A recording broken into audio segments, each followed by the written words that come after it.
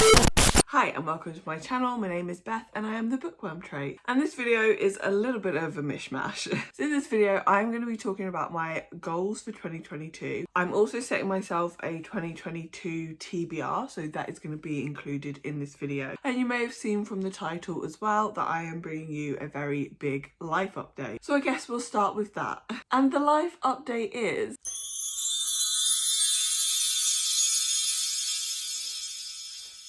I am with child. She has a bump.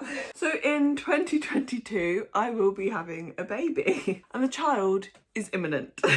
So I'm due at the end of February, which means 2022 is going to be a slightly different reading year for me. So if we move into like the goals aspect of this video and kind of like the channel update aspect of this video, I know that 2022 is probably not going to be a great reading year for me. I will have other priorities. That being said, I do want to get back into filming and creating TBRs. Even if I don't stick to them, having a TBR really helps my reading. I have been kind of not creating TBRs and trying to mood read, and it's just not really working for me. I am struggling with reading because pregnancy is exhausting, as I'm sure mothering will be as well. But if I have that set TBR, then at least I am picking from like 6 books rather than my entire shelf plus every single book that is available on Kindle and Scribd, which can be a tad overwhelming at times. So that is goal number 1, is to get back into setting TBRs and hopefully reading from my TBR. I don't know whether that's going to be in the form of bringing back Sims Picks My TBR. I am gonna do one for February and just see how I get on, or if I'm just gonna film just a random TBR video with just some of the books that I want to read in that month. My second reading goal is that I really want to try and diversify my reading in 2022. I read a lot of the same types of books. I read romance and fantasy, and that is pretty much it. My fantasy is very specific. I like urban fantasy or like low fantasy, as is my romance. I either like Sarah J Maas, I was going to say fantasy romance, but that's not true. Sarah J Maas, or really like trashy, toxic Kindle Unlimited romance. And that's pretty much all I read. Like, I may dip into some other genres now and then, but I know what I like. The problem is that when I do dip into other genres, I often really enjoy those books as well. And I just want to really get to know who I am as a reader so that I can pick up more books that I love, because 2021 was a failure in regards to good reading. So I really want to try and see if I can get into epic fantasy. I also really want to try some more sci-fi. I really like dystopian, but I do think there are more genres of sci-fi that I could enjoy. I really enjoy some literary fiction, so I want to again kind of delve into that and get to know what my tastes are in that area. And horror. This is the year that I'm going to find the horror genre that I love, because I know it's out there. I can't find it. This kind of ties into the TBR, because if I find that using my TBR game just isn't working for me, I may try to do like themed TBRs and try that instead. We'll see. It's all open. Goal 3 is that I would like to be more consistent on my social media platforms. This is a very tentative goal because I don't know if I'm going to be able to do that whatsoever. But I did find in the beginning of 21, I was like super on it, super organized. And then it was like the minute I got pregnant, I was just so tired and I couldn't do anything. And I kind of like lost my momentum. And YouTube and Instagram as well are something that I really, really enjoy. It's a really enjoyable hobby for me. And I do need to do something that's not just mumming. So I'm hoping that I can be somewhat consistent with videos in 2022. But I'm not going to hold myself to that. If I fail, that is perfectly okay. And my final goal is a very specific goal that I have not left myself much time to do. But I have a very rough draft of my first novel that I want to release into the world. And I want to take part in a mentorship program that is opening up at the end of March. Unfortunately, I can't share where that mentorship program is. So I want to have a concrete first draft of my novel so that I can submit it for this mentorship program and hopefully be chosen to take part in it. If not, at least have a solid first draft that I can go away and work on, send out to beta readers, that kind of thing.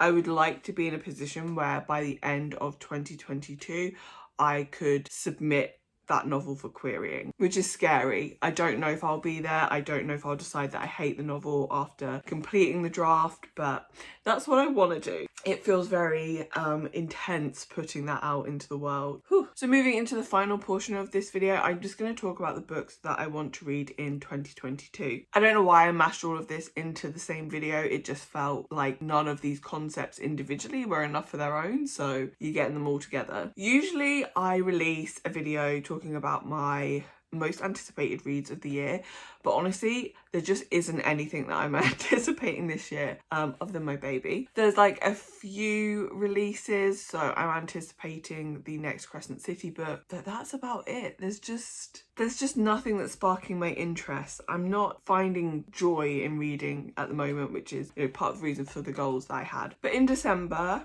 and at the moment, I picked up 2 books that I've been wanting to read since I first found BookTube, I think. I don't know when they came out actually, but since I heard about them anyway, I've wanted to read them and I'm really enjoying both of them. So in 2022, I really wanted to prioritize reading books that I have been putting off for whatever reason. So there's 5 books, and then there's one that I'm gonna talk about at the end that doesn't quite fit in with the list, but is on the list because it's my list and I can put whatever I want on it. So the first book is The City of Brass, and this is about a girl who has magical powers and she ends up accidentally summoning a genie who then whisks her off to this magical land. I think the reason that I haven't picked this up is because I just have this fear of fantasy books that aren't low fantasy, whether that be because they're in an urban setting or just the fantastical elements aren't, there's not like a huge amount to learn in regards to world building. And also because this isn't based on some form of Western mythology, it's probably gonna have some concepts that I'm less familiar with. So it's just being intimidated for no reason when I know I'm gonna love it. I just have always just felt that way about this book. The next book is The Assassin's Apprentice by Robin Hobb. I've mentioned many times that I really want to try and get into epic fantasy. Epic fantasy is like my favourite genre that I don't enjoy. I used to read a lot of it when I was younger, and just, I would say the past like 5 or 6 years, I've just found it A, really intimidating, and B, really boring. I find it very info dumpy and I just get tired, and then I just think I can't be bothered to read this. I want to go to something more fast paced. But I've only ever heard good things about Robin Hobb, so I'm going to give her a chance and maybe she will be the one to bring me back into that world. The Assassin's Apprentice is about a guy called Fitz who is the bastard son of the king.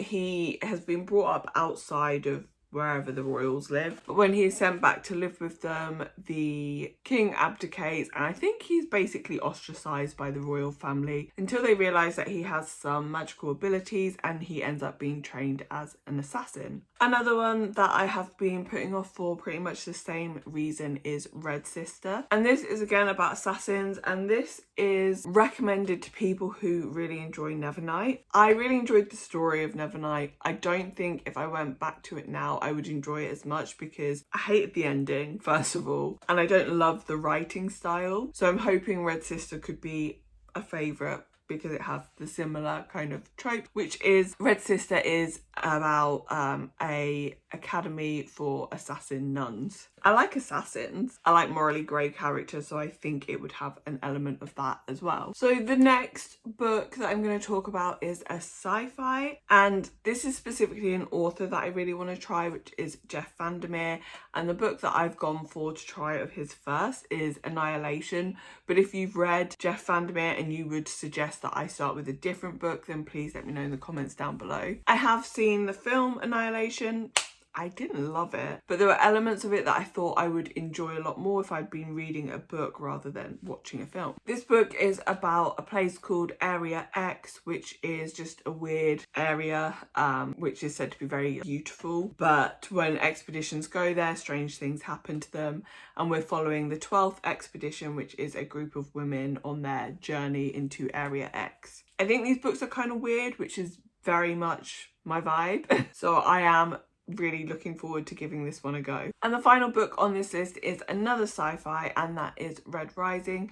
The reason that I've put off reading Annihilation and Red Rising is that I just tell myself I don't like sci-fi, but I think I just don't like space opera. And maybe I do like space opera, but I tell myself I don't anyway. So Red Rising has always intrigued me, but I've never picked it up. So in Red Rising, we are following Darrow, who lives in a society where people are ranked by colour, gold being at the top and red being at the bottom. And Darrow discovers that his people are basically being enslaved. And the trilogy basically follows Darrow's attempts to liberate his people. I love dystopian, so I think that this is definitely a contender. I think this is set in space, which is a reason why I was kind of hesitant to pick it up. But I do love a political sci-fi, not so much fantasy, but I love a political sci-fi. So I think I'm going to enjoy it. I think all of these books have the potential to be 5-star reads for me,